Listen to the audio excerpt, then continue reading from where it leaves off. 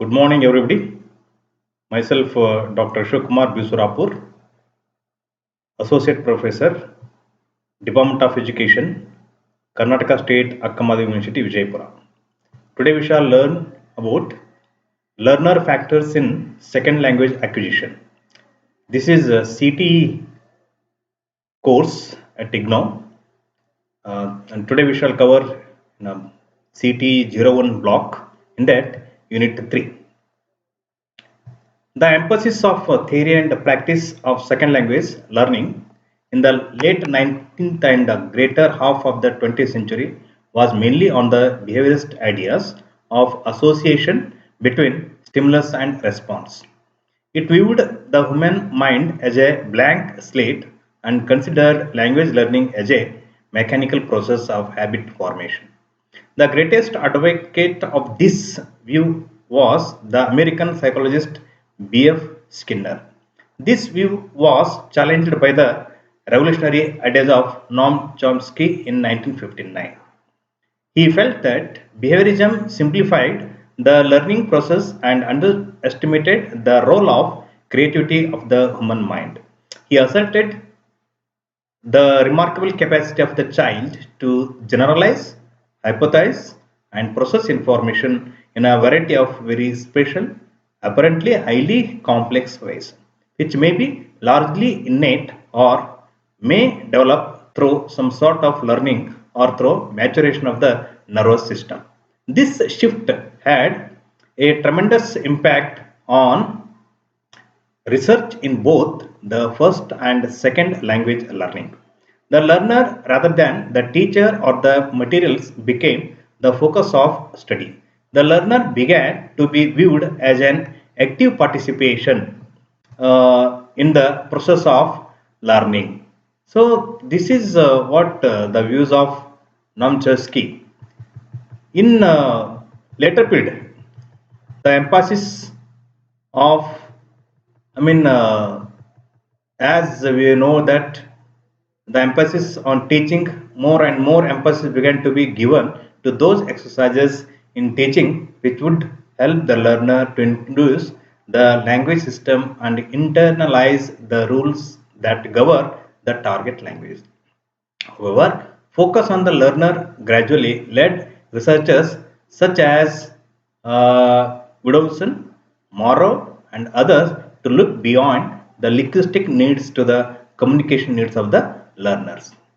Another important consequence of the increasing focus on the learner was that the output of the learner began to be considered independent of the learner's first or target language. This output began to be called transitional competence approximate system. So transitional competence was stated by Calder in 1971, whereas approximate system stated by Nemser 1971 and interlanguage in Selinker 1972. This shift from the teacher and the teaching materials to the learner, his or her needs and his or her linguistic output has also led some researchers to look into the learner characteristics in greater detail and identify those characteristics that appear to be more responsible for success or failure in second or foreign language learning. Significant among the learner characteristics identified so far include the learner's age, intelligence, aptitude, motivation, attitude, personality, and cognitive style. Let us see one by one. Number one is most people, including some psychologists and linguistics, believe that children are better at learning second languages than adults. Penfield in 1953 argued that the human brain loses its plasticity after puberty. He stressed that children relearn their language after injury or disease. Landberg in 1967 suggested that lateralization made the brain functions become specialized in the early teens. Another explanation for this apparent decline in adult language acquisition was that the adult's abstract mode of thinking interfered with natural language learning process. Yet another explanation for the decline in adult learners is that they generally do not have the same peer group pressure, the intensity of motivation, and attitude towards the target language and culture that children have. Selinger in 1978 points out that there is much evidence to show that children acquire the phonological system of another language much better than adults, and proposes the concept of multiple critical periods correlating with the localization and the gradual loss of plasticity. It appears that language acquisition abilities are not lost at once. There is only a gradual reduction of such abilities.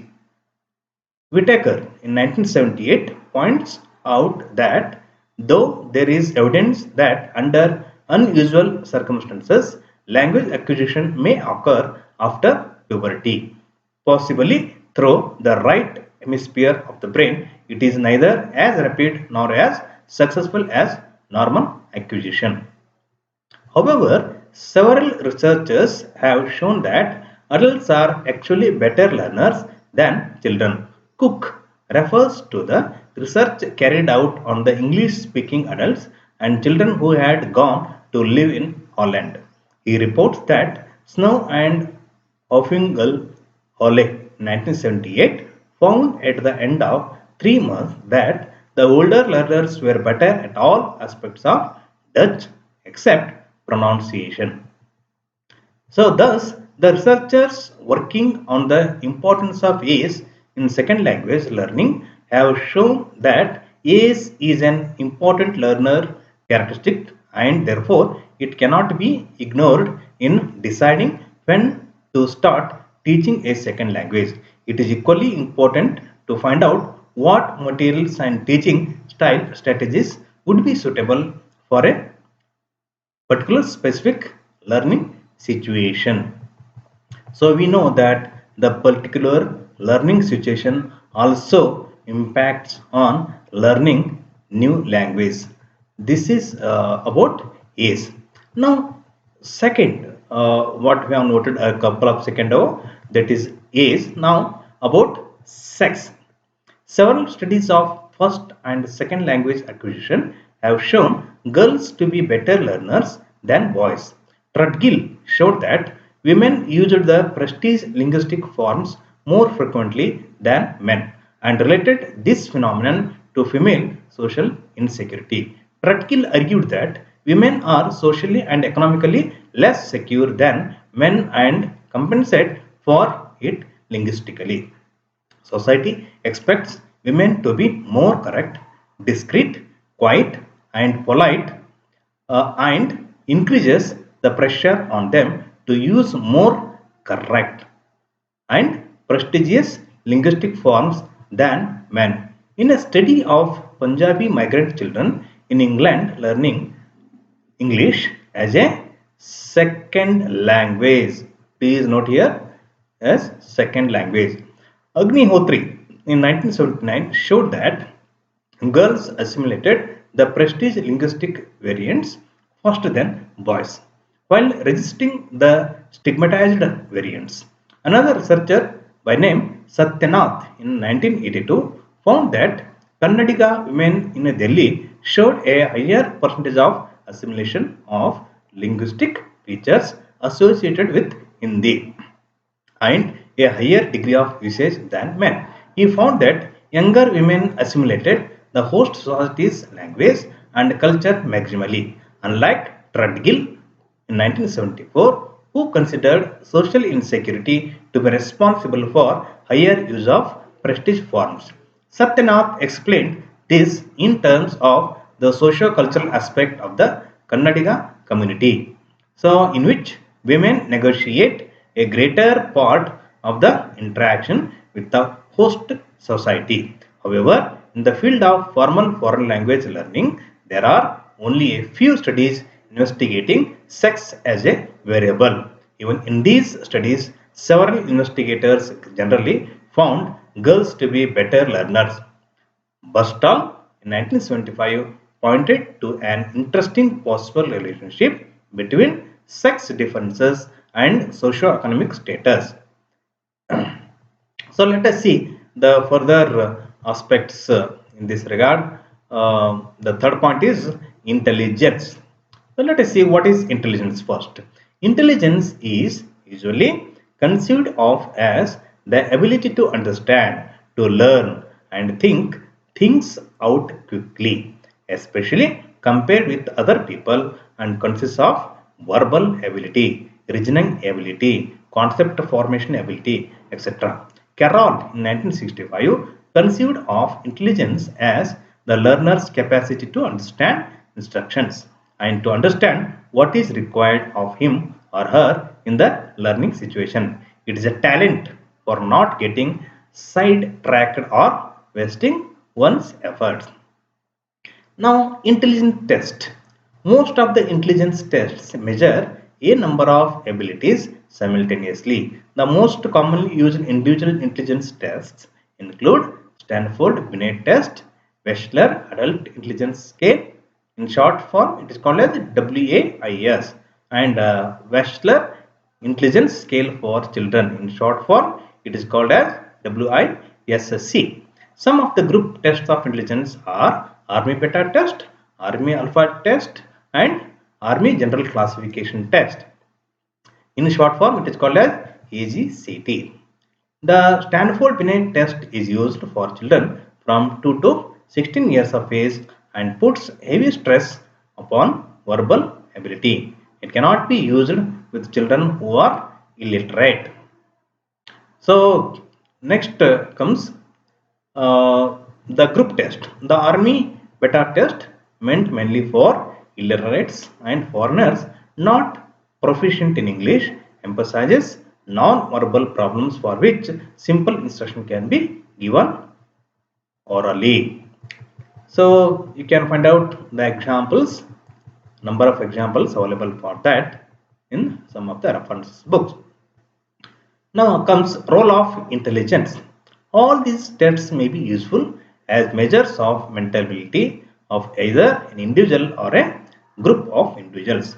But these scores cannot be treated as sure predictors of success in a foreign or second language, nor can they be considered as a reflection of abilities to acquire language. Pemsler et al. In 1962 reported on a large number of studies examining the relationship of intelligence with foreign language learning. Though some of the studies gave evidence for the positive relationship between intelligence and success in a foreign language, most of the studies uh, were skeptical of such relationship. Carroll and Sapon in 1959. Please keep in mind the author's name, Carroll and Sapon in 1959. They noted that very few of the abilities measured in an intelligence test were found relevant to foreign language learning, and it was for this reason that there was very insignificant relationship between the scores on an intelligence test and a foreign language test. More research is needed to identify those abilities that match significantly with foreign language scores. Incidentally, these abilities have been called by many researchers as language abilities, language aptitude abilities. So, regarding this, we shall study in the next part of our video. But now we will focus on what all these factors: age, sex, intelligence, uh, influence on learning second language. So next part is aptitude. So what is aptitude? Aptitude for a particular job or skill is the ability to learn it quickly and easily and to do it well. What people generally call a knack for languages is nothing but aptitude for languages. But it is very difficult to determine what this knack is. It is certainly more than having an ear for languages because everyone learns his or her first language. It is popularly believed that some people have more aptitude for learning second languages than others. This observation has generally been made in connection with classroom learning and not learning in real life situation. Now let us see how these aptitudes are measured. The two best known measures of for language aptitude for native speakers of English are the Modern Language Aptitude Test. I repeat, Modern Language Aptitude Test. In short form, it is called as MLAT, developed by Carroll and Sapon in 1959, and the Pimsleur Language Aptitude Battery. I repeat, Pimsleur Language Aptitude Battery, which is in short form called as LAB, 1966. MLAT. What is MLAT? Modern Language Aptitude Test incorporates four main factors that predict a student's success in the classroom. This consists of phonemic coding ability. I repeat, phonemic coding ability. Students' ability to use phonetic scripts to distinguish phonemes in the language. Grammatical sensitivity. Students' ability to pick out grammatical functions in a sentence. Inductive language learning ability. Students' ability to generalize patterns from one sentence to another. Rote learning. Students' ability to remember vocabulary lists of foreign words paired with translations. These components were eventually measured in the following five subtests of MLAT. Part 1. Number learning. The respondent is taught on tape the Kurdish number system from 1 to 4 plus the tens and hundred forms of these numbers, then tested by hearing numbers which are combinations of these elements. Example, 312, 122, 41, etc. I repeat, 312 or 312, 122, 41, etc. The test aims at measuring associative memory. Part 2. Phonetic script. This subtest measures phonemic coding ability. The respondent learns a system of phonetic notation for some English phonemes. He or she is then tested on this. Example, underline the word you hear. Tick, T-I-K, tick. Another tick, T-I-Y-K, tick. T-I-S, tis. T-I-Y-S. So part 3, spelling clues.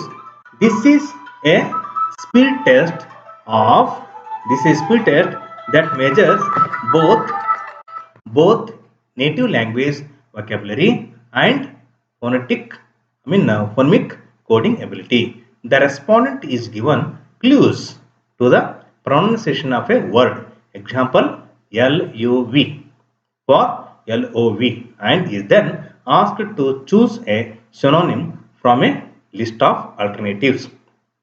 For example, A, carry, B, exist, C, affection, D, wash, E, spy. In this case, C, affection, C option, that is affection, corresponds to most nearly in meaning to LUV. Next, part 4, words in a sentences. This tests grammatical sensitivity. The respondent is given pairs of sentences.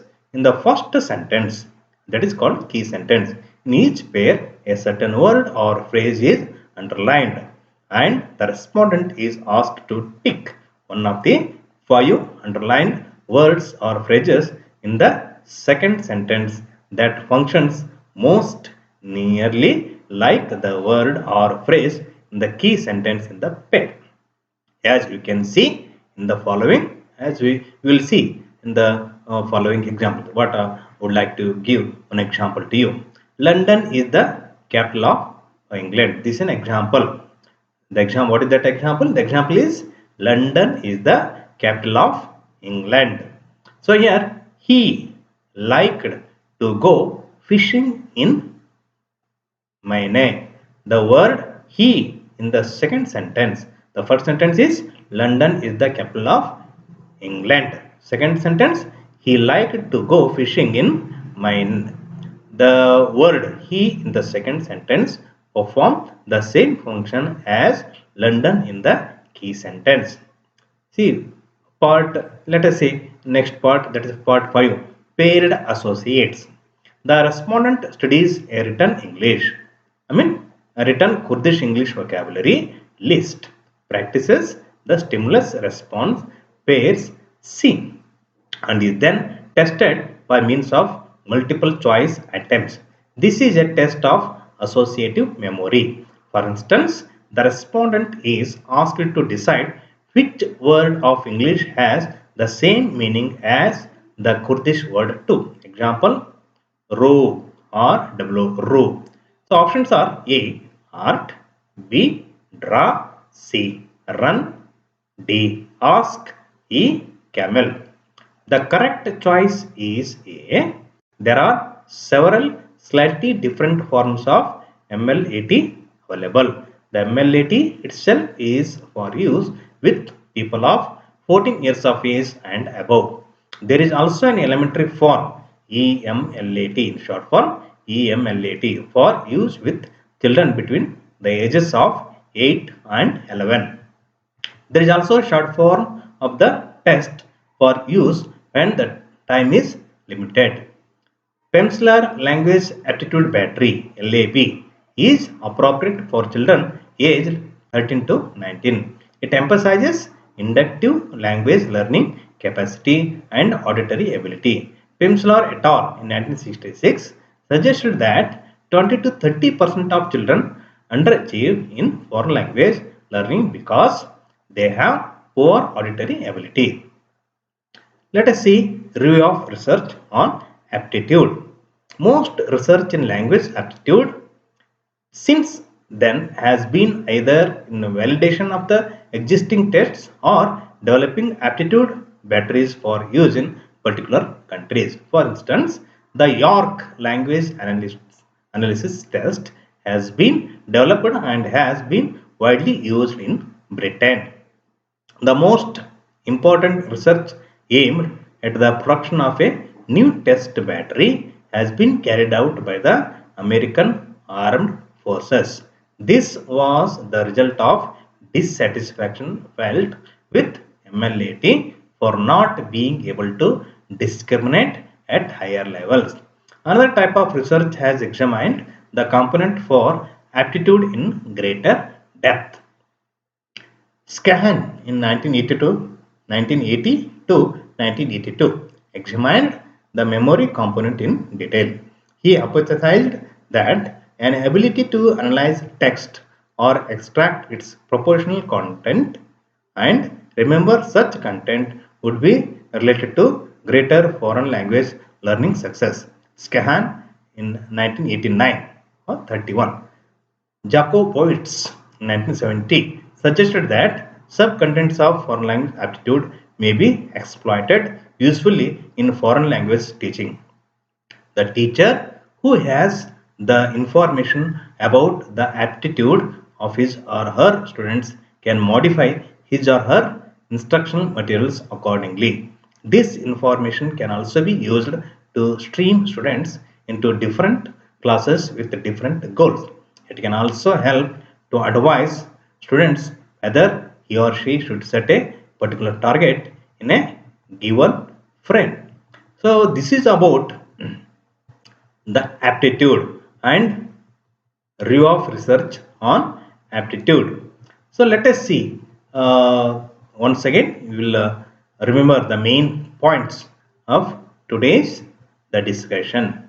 Aptitude. What is this aptitude? I can repeat the spelling of this. Spell out the spelling of this aptitude. APTITUDE. Aptitude. The natural means the natural ability to learn a language, which does not include intelligence, motivation, interests, etc. Language aptitude is thought to be a combination of various abilities, such as the ability to recognize the different grammatical function of words in sentences, the ability to recognize sound patterns in a new language, the ability to infer language rules. A person with a high language aptitude can learn a second or foreign language more quickly and easily than a person with a low language aptitude, all other factors being equal. Next, the terms what we have used in the our discussion is behaviorist theory. This concept you have encountered in our discussion a couple of seconds ago. A theory, what is this behaviorist theory? Behaviorist theory is a theory of psychology which states that human behavior should be studied in terms of physical processes only. It led to theories of learning which explained how an external event or a stimulus caused a change in the individual response. Here, event is treated as a stimulus and individual is treated as a response. This theory had a tremendous impact on language learning. Next comes another term you have used, cognitive style. The particular way in which a learner tries to learn something in second or foreign language learning. Different learners may prefer different solutions to learning problems. For example, some learners may want explanations for grammatical rules, others may not need them. So, this is about the cognitive style. And next, let us focus on another term, phonological, the establishment, description, and arrangement of distinctive sound units of a language. Phoneme, we have used this term. Phoneme means the smallest unit of second in a language. Phonemic, the study or description of the distinctive sound units of a language and their relationship to each other. Phonetic notation, special symbols which express the sounds of an actual spoken utterance. A transcription of such an utterance in phonetic symbols is said to be in phonetic notation or phonetic script. I hope you understood the today's lesson, and the remaining part of our discussion we will discuss in the next part. This is about Unit 3 in CT01. So I hope you all got the information regarding the whatever we have discussed. So please keep in mind, wear the mask and maintain the social distance, and don't forget to subscribe this channel. Thank you very much, and all the best for your future.